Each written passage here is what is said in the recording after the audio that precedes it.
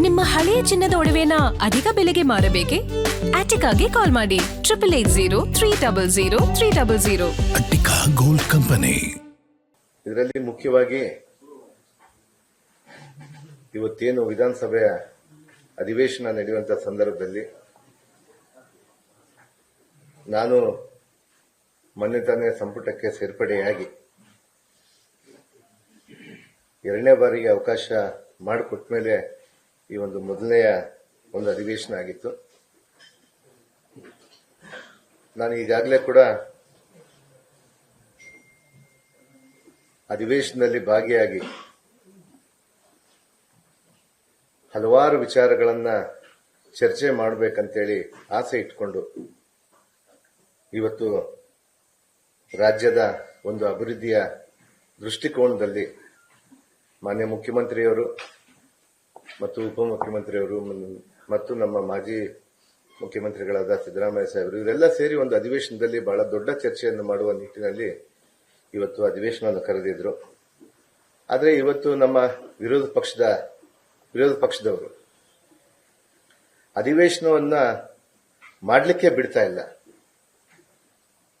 ಅಧಿವೇಶನದಲ್ಲಿ ಚರ್ಚೆ ಮಾಡೋಕ್ಕೂ ಬಿಡ್ತಾ ಇಲ್ಲ. ಅದಕ್ಕೂ ಒಂದು ಕಾರಣ, ಬಹಳ ದೊಡ್ಡ ಕಾರಣ ಇದೆ. ಅದು ಅವರೆಲ್ಲ ಸೇರಿ ಮೊನ್ನೆ ತಾನೇ ಮಂತ್ರಿಮಂಡಲಕ್ಕೆ ಸೇರಿದ ಮೇಲೆ ನನ್ನನ್ನ ರಾಜೀನಾಮಾ ಮಾಡಿ ಅಂತೇಳಿ ಅವರು ಸದನದ ಬಾವಿಗೂ ಇಳಿಲಾರ್ದೇನೆ ಅಥವಾ ಹೊರಗಡೆ ಕೂಡ ಅವ್ರೇನು ಅಲ್ಲಿಂದ ಅವ್ರಿಗೆ ಏನು ಬೇಕಾಗಿದೆ, ಅವ್ರ ಬೇಡಿಕೆ ಏನು ಬೇಕಾಗಿದೆ ಅನ್ನುವಂತ ವಿಚಾರವನ್ನು ಕೂಡ ಅವರು ಅವರವರ ಸ್ಥಾನಗಳಲ್ಲಿ ಕುಂತು ಮಾತ್ರನೇ ವಿರೋಧವನ್ನು ವ್ಯಕ್ತಪಡಿಸ್ತಾ ಇದ್ದಾರೆ. ಆದರೆ ನಾವು ಈ ರಾಜ್ಯದ ಜನತೆಗೆ ಮತ್ತು ಮುಖ್ಯವಾಗಿ ನನ್ನ ಸಮುದಾಯದ ಜನತೆಗೆ ನಾನು ಬೆಳಕು ಚೆಲ್ಲಬೇಕು. ಯಾಕಂದ್ರೆ ಇದರಲ್ಲಿ ವಾಲ್ಮೀಕಿಯ ನಿಗಮದಿಂದ ಹಗರಣ ಆಗಿದೆ ಅನ್ನುವಂತ ವಿಚಾರದಿಂದ ಇವತ್ತು ಅವರು ನನ್ನ ರಾಜೀನಾಮೆಯನ್ನು ಕೇಳ್ತಾ ಇದ್ದಾರೆ. ಹಗರಣದ ವಿಚಾರಕ್ಕೆ ಬಂದಾಗ ದಿನ ಪ್ರತಿನಿತ್ಯ ಅವರ ಘೋಷಣೆಗಳನ್ನು ನೋಡಿದ್ರೆ ನನಗೆ ತುಂಬಾ ಮನಸ್ಸು ನೋವಾಗುತ್ತೆ. ವಾಲ್ಮೀಕಿ ಅವರ ಬಗ್ಗೆ ಆಗಿರ್ಬೋದು ಮತ್ತು ಸಮಾಜದ ಬಗ್ಗೆ ಆಗಿರ್ಬೋದು ಮತ್ತು ಅವರು ವಿಚಾರಗಳನ್ನ ಆ ಸದನದಲ್ಲಿ ನಿಂತು ಒಂದು ಸುಳ್ಳನ್ನ 100 ಬಾರಿ ಹೇಳಿ ಸತ್ಯ ಮಾಡಕ್ ಹೊರಟಿದ್ದಾರೆ. ಅದನ್ನ ಚರ್ಚೆಗೆ ಬನ್ನಿ ಅಂತೇಳಿ ನಾವು ಹಲವಾರು ಬಾರಿ ಕೇಳಿದ್ದೀವಿ. ಇವತ್ತು ಮಾನ್ಯ ನಮ್ಮ ಸಭಾಧ್ಯಕ್ಷರು ಕೂಡ ಅವ್ರಿಗೆ ಹೇಳಿದ್ದಾರೆ, BSc ಮೀಟಿಂಗ್ಗಳಲ್ಲಿ ಹೇಳಿದ್ದಾರೆ ಚರ್ಚೆಗೆ ಬನ್ನಿ ಅಂತೇಳಿ. ನಾವು ಉತ್ತರ ಕೊಡೋಕೆ ನಾವೆಲ್ಲ ಕೂಡ ತಯಾರಿದ್ದೀವಿ. ಇವತ್ತು ಮಾನ್ಯ ಮುಖ್ಯಮಂತ್ರಿಯವರೇ ಹೇಳಿದ್ದಾರೆ, ಅದನ್ನ ನೀವು ಏನ್ ಕೇಳಿದ್ರು ಕೂಡ ನೀವು ಸದನದಲ್ಲಿ ಬಂದು ನಾವು ಚರ್ಚೆಗೆ ಸಿದ್ಧ ಇದ್ದೀವಿ ಅಂತೇಳಿ. ಈ ಪ್ರಕರಣದಲ್ಲಿ ಏನಾಗಿದೆ ಅನ್ನುವಂಥದ್ದನ್ನ ನಾವು ರಾಜ್ಯದ ಜನತೆಗೂ ಬೆಳಕು ಚೆಲ್ಲಬೇಕು, ನಮ್ಮ ಸಮುದಾಯಕ್ಕೂ ಬೆಳಕು ಚೆಲ್ಲಬೇಕಂತೇಳಿ ನಮ್ಮ ನಾಯಕರು ಕೂಡ ಈಗಾಗಲೇ ಕೂಡ ತಿಳಿಸಿದ್ದಾರೆ. ಮಾನ್ಯ ಮುಖ್ಯಮಂತ್ರಿ ಆಗಿರ್ಬೋದು, ಉಪಮುಖ್ಯಮಂತ್ರಿ ಆಗಿರ್ಬೋದು, ನಮ್ಮ ಸಹೋದ್ಯೋಗ ಸಂಪುಟದ ಸದಸ್ಯರುಗಳು ಎಲ್ಲ ಮಂತ್ರಿಗಳು ಕೂಡ ನಾವು ಆ ಚರ್ಚೆಗೆ ರೆಡಿಯಾಗಿದ್ದೀವಿ ನಾವು. ಆದರೂ ಕೂಡ ಅವರು ವಿನಾಕಾರಣ ಇವತ್ತು ಆ ಚರ್ಚೆಗೆ ಬರಕ ಆಗ್ತಾ ಇಲ್ಲ ಅವರಿಗೆ. ಒಂದು ವಿಚಾರ, ಅದಕ್ಕೆ ನಾನು ಸದನದ ಶಕ್ತಿ ಒಂದು ಕಡೆ ಆದರೆ ಮತ್ತೊಂದು ಅದೇ ರೀತಿಯಾದಂತ ದೊಡ್ಡ ಮಟ್ಟದಲ್ಲಿ ಯಶಸ್ವಿಯಾಗಿ ಈ ದೇಶದ ಜನತೆಗೆ ಕಣ್ಣು ತೆರೆಸುವಂತ ಕೆಲಸ ಮಾಡೋದು ನಮ್ಮ ಪತ್ರಿಕಾ ರಂಗ. ಇದು ಒಂದು ದೊಡ್ಡ ಶಕ್ತಿ ಅನ್ನುವಂತ ವಿಚಾರದಿಂದ ಇವತ್ತು ಸದನದಲ್ಲಿ ಆಗುವಂತ ಕೆಲಸವನ್ನ ಮಾಧ್ಯಮದ ಮೂಲಕ ಈ ರಾಜ್ಯದ ಜನತೆಗೆ ತಿಳಿಸಬೇಕಂತೇಳಿ ನಾನು ಪತ್ರಿಕಾಗೋಷ್ಠಿಯನ್ನು ಕರೆದಿದ್ದೀನಿ. ಇವತ್ತು ಇಡೀ ಪ್ರಕರಣ ಕಳೆದ 3 ವರ್ಷದಿಂದ ನಡ್ಕೊಂಡು ಬಂತು, 2 ವರ್ಷದಿಂದ. ಈ ಪ್ರಕರಣದ ನಾನು ತಮ್ಮ ಮೂಲಕ ನಮ್ಮ ರಾಜ್ಯದ ಜನತೆಗೆ, ನನ್ನ ಕ್ಷೇತ್ರದ ಜನತೆಗೆ ಮತ್ತು ನಮ್ಮ ಸಮುದಾಯದ ಜನಕ್ಕೆ ನಾನು ಇವತ್ತು ಅವರಿಗೆ ಬೆಳಕು ಚೆಲ್ಲಬೇಕಂತೇಳಿ ನಾನು ಇವತ್ತು ತಮ್ಮ ಪತ್ರಿಕಾ ಮಾಧ್ಯಮದಲ್ಲಿ ಹೇಳಲಿಕ್ಕೆ ನಾನು ಇವತ್ತು ಬಂದಿದ್ದೀನಿ. ಅದರ ಜೊತೆಗೆ ಇವತ್ತು ವಾಲ್ಮೀಕಿಯ ನಿಗಮದಿಂದ ಒಂದು ಬ್ಯಾಂಕ್ಗೆ ಟ್ರಾನ್ಸ್ಫರ್ ಆಗುತ್ತೆ. ಇವತ್ತು ನಾನು ಹೇಳ್ಬೇಕಂದ್ರೆ ಇದರಲ್ಲಿ ಅನೇಕ ವಿಚಾರಗಳು ಇದರಲ್ಲಿ ಉಲ್ಲೇಖ ಮಾಡ್ಕೊಂಡು ಬರ್ತಾ ಇದ್ದೀವಿ ನಾವು. ನಾನು ತಮ್ಮ ಮೂಲಕ ತಮಗೆಲ್ಲ ಕೂಡ ತಿಳಿದಿದೆ ಇದನ್ನೆಲ್ಲ ಕೂಡ ಯಾವ ರೀತಿ ಆಗಿದೆ ಏನಂತೇಳಿ. ಆದ್ರೂ ಕೂಡ ನಾನು ಮತ್ತೊಮ್ಮೆ ಈ ರಾಜ್ಯದ ಜನತೆಗೆ ಜೊತೆಗೆ ನಮ್ಮ ಸರ್ಕಾರ ಇದರ ಮೇಲೆ ಯಾವ ರೀತಿ ನಿಟ್ಟು ನಿಲುವನ್ನು ಹೊಂದಿದೆ ಅನ್ನುವಂಥ ವಿಚಾರವನ್ನ, ಆಡಳಿತ ಸರ್ಕಾರ ಯಾವ ರೀತಿ ನಿಟ್ಟು ನಿಲುವನ್ನು ಹೊಂದಿದೆ ಅನ್ನುವಂಥ ವಿಚಾರವನ್ನ ಹೇಳಲಿಕ್ಕೆ ಇವತ್ತು ಮಾಧ್ಯಮದ ಮೂಲಕ ಜನತೆಗೆ ತಿಳಿಸಲಿಕ್ಕೆ ಇವತ್ತು ನಾನು ಪ್ರಯತ್ನ ಮಾಡ್ತಾ ಇದ್ದೀನಿ. ಅದರ ಜೊತೆಗೆ ಇವತ್ತು 187 ಕೋಟಿ ರೂಪಾಯಿ ನಮ್ಮ ನಿಗಮದಿಂದ ಯಾವುದೇ ಒಂದು ಬೋರ್ಡ್ ಮೀಟಿಂಗ್ ಇಲ್ದೇನೆ, ನನ್ನ ಗಮನಕ್ಕೂ ಬಾರದೇನೆ ಅಲ್ಲಿರುವಂತ ಚೇರ್ಮನ್ ಗಮನಕ್ಕೂ ಬಾರದೇನೆ ಆ ಹಣ ವರ್ಗಾವಣೆ ಆಗುತ್ತೆ. ನನಗೆ ನಿಜವಾಗ್ಲೂ ನಾನು ಹೇಳ್ತೀನಿ, ಯಾವತ್ತೂ ಕೂಡ ಮೊದಲಿಂದ ನಾನು ಹೇಳ್ಕೊಂಡು ಬಂದಿದ್ದೀನಿ, ಒಬ್ಬ ಅಲ್ಲಿ ಚೇರ್ಮನ್ ಇದ್ಮೇಲೆ ನನ್ನ ಪ್ರಕ್ರಿಯೆ ಜಾಸ್ತಿ ಇರೋದಿಲ್ಲ. ಆದ್ರೂ ಕೂಡ ನಾನು ಅಲ್ಲಿರುವಂತಹ ನಿಗಮದ MD ಅವರು ಮತ್ತು ಬ್ಯಾಂಕ್ನವರು, ಯೂನಿಯನ್ ಬ್ಯಾಂಕ್ ಆಫ್ ಇಂಡಿಯಾ, ನನಗೆ ಇನ್ನೊಂದು ಮುಖ್ಯವಾಗಿ ಆ ನಿಗಮದಲ್ಲಿ ಎಲ್ಲಿ ಹಣ ಯಾವ ಬ್ಯಾಂಕ್ ಅಲ್ಲಿ ಅಕೌಂಟ್ ಇದೆ ಅನ್ನುವಂಥ ವಿಚಾರವನ್ನು ಕೂಡ ನಾನು ತೆಗೆದುಕೊಂಡಿದ್ದಿಲ್ಲ. ಯಾಕಂದ್ರೆ ಫಸ್ಟ್ ಟೈಮ್ ನಾನು ಮಂತ್ರಿ ಆಗಿದ್ದೆ. ಅದಾದ ನಂತರ ಬೇರೆ ಬೇರೆ ವಿಚಾರಗಳಲ್ಲಿ ನಾವು ರಾಜ್ಯದಲ್ಲಿ ಸುತ್ತಾಡುವಂತ ವಿಚಾರದಲ್ಲಿ ನಿಗಮಕ್ಕೆ ನಾನು ಒಂದೇ ಸರ್ತಿ ಹೋಗಿದ್ದೆ. ಅದಾದ್ಮೇಲೆ ಅವ್ರು ಏನ್ ಮಾಡಿದ್ದಾರೆ, ಆ 187 ಕೋಟಿಯನ್ನ ವಿತೌಟ್ ಫೈನಾನ್ಷಿಯಲ್ ಅಪ್ರೂವಲ್ ತಗೊಳ್ಳಾರ್ದೇನೆ, ವಿತೌಟ್ ಬೋರ್ಡ್ ಮೀಟಿಂಗ್ ಆಗ್ಲಾರ್ದೇನೆ ಆ 187 ಕೋಟಿ ರೂಪಾಯಿಯನ್ನ ಯೂನಿಯನ್ ಬ್ಯಾಂಕ್ ಆಫ್ ಇಂಡಿಯಾಗೆ ಕಳಿಸ್ಕೊಟ್ಟಿದ್ದಾರೆ. ಅದಾದ ನಂತರ ತಮಗೆಲ್ಲ ಕೂಡ ಗೊತ್ತಂಗನೆ ಅಲ್ಲಿ ಒಬ್ಬ ಚಂದ್ರಶೇಖರ್ ಅನ್ನುವಂತ ವ್ಯಕ್ತಿ ಆತ್ಮಹತ್ಯೆ ಮಾಡಿಕೊಂಡ. ಅದಾದ ನಂತರ ಅದರ ತನಿಖೆ ಬಂತು. ನಾನು ಅವತ್ತೇ ಆ ತನಿಖೆ ಆದಾಗ ನನಗೆ ಆಕ್ಚುಲಿ ಅದು 2 ದಿನದ ನಂತರ ಅವರು ತೀರ್ಕೊಂಡ ಮೇಲೆ 1 ದಿನದ ನಂತರ ನನಗೆ ಗೊತ್ತಾಗಿದೆ ಆತ್ಮಹತ್ಯೆ ಮಾಡ್ಕೊಂಡಿದೆ ಅಂತೇಳಿ. ಅದರಲ್ಲಿ ಏನೇನು ಉಲ್ಲೇಖ ಮಾಡಿದ್ದಾರೆ ಅಂತೇಳಿ ಕೂಡ ಈಗಾಗಲೇ ಕೂಡ SIT ರಚನೆ ಆಯಿತು, ಅದರಲ್ಲೆಲ್ಲ ಹೇಳಿದ್ದೀವಿ. ಅದರ ಜೊತೆಗೆ 187 ಕೋಟಿ ರೂಪಾಯಲ್ಲಿ 100 ಕೋಟಿ ರೂಪಾಯಿ ನನ್ನ ಗಮನಕ್ಕೆ ನಾವು ಬಂದ ಕೂಡಲೇ ಅದನ್ನು ಅಲ್ಲೇ ತಕ್ಷಣವೇ ಫ್ರೀಜ್ ಮಾಡಿದ್ವಿ, ನಾವು ಬ್ಯಾಂಕಲ್ಲೇ ಉಳಿಸ್ಕೊಂಡ್ವಿ. ಅದಾದ ನಂತರ 87 ಕೋಟಿ ರೂಪಾಯಿ ಇನ್ನ ನಮಗೆ ಹಣ ಬೇರೆ ಬೇರೆ ನಮ್ಮ ಯೂನಿಯನ್ ಬ್ಯಾಂಕ್ ಆಫ್ ಇಂಡಿಯಾ ಇಂದ ತೆಲಂಗಾಣ ಮೂಲದ ಹೈದರಾಬಾದ್ಗೆ ಹೋಗ್ಬಿಟ್ಟು ಅಲ್ಲಿಂದ ಬೇರೆ ಬೇರೆ ಸುಮಾರು 800 ಅಕೌಂಟ್ಗಳಿಗೆ ಆಗಿತ್ತು. ಬನ್ನಿ,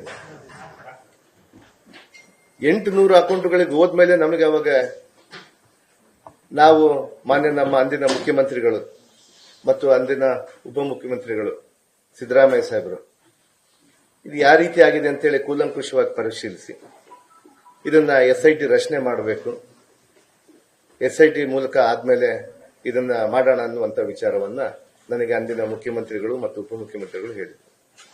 ನಾನು ಅದೇ ರೀತಿಯಾಗಿ ಕೂಡ ನಾನು ಒಬ್ಬ ಮಂತ್ರಿಯಾಗಿ SIT ರಚನೆ ಆಗಿರೋದು ನಮಗೆ ಮೇ 31ರಲ್ಲಿ.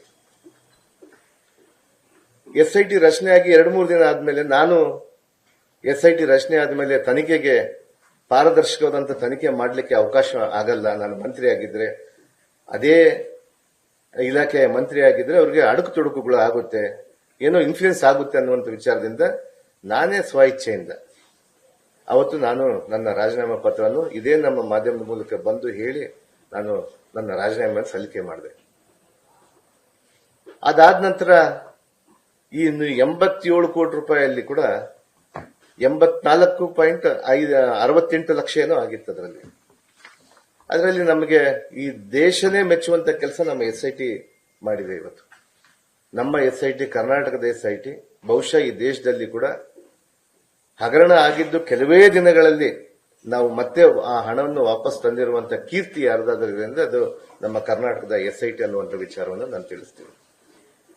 ಯಾಕಂದ್ರೆ ಸುಮಾರು 84.68 ಕೋಟಿಯಲ್ಲಿ ಕೂಡ ಈಗಾಗಲೇ ಕೂಡ ತನಿಖೆ ಮಾಡಿ ಪ್ರತಿಯೊಬ್ಬರಿಗೆ ಹೋಗ್ಬಿಟ್ಟು ಡೇ ಅಂಡ್ ನೈಟ್ 24/7 ಕೆಲಸ ಮಾಡಿದ್ದಾರೆ. ಅಲ್ಲಿನ ಅಧಿಕಾರಿಗಳು ಬಹಳ ಅದ್ಭುತವಾಗಿ ಕೆಲಸ ಮಾಡಿದ್ದಾರೆ.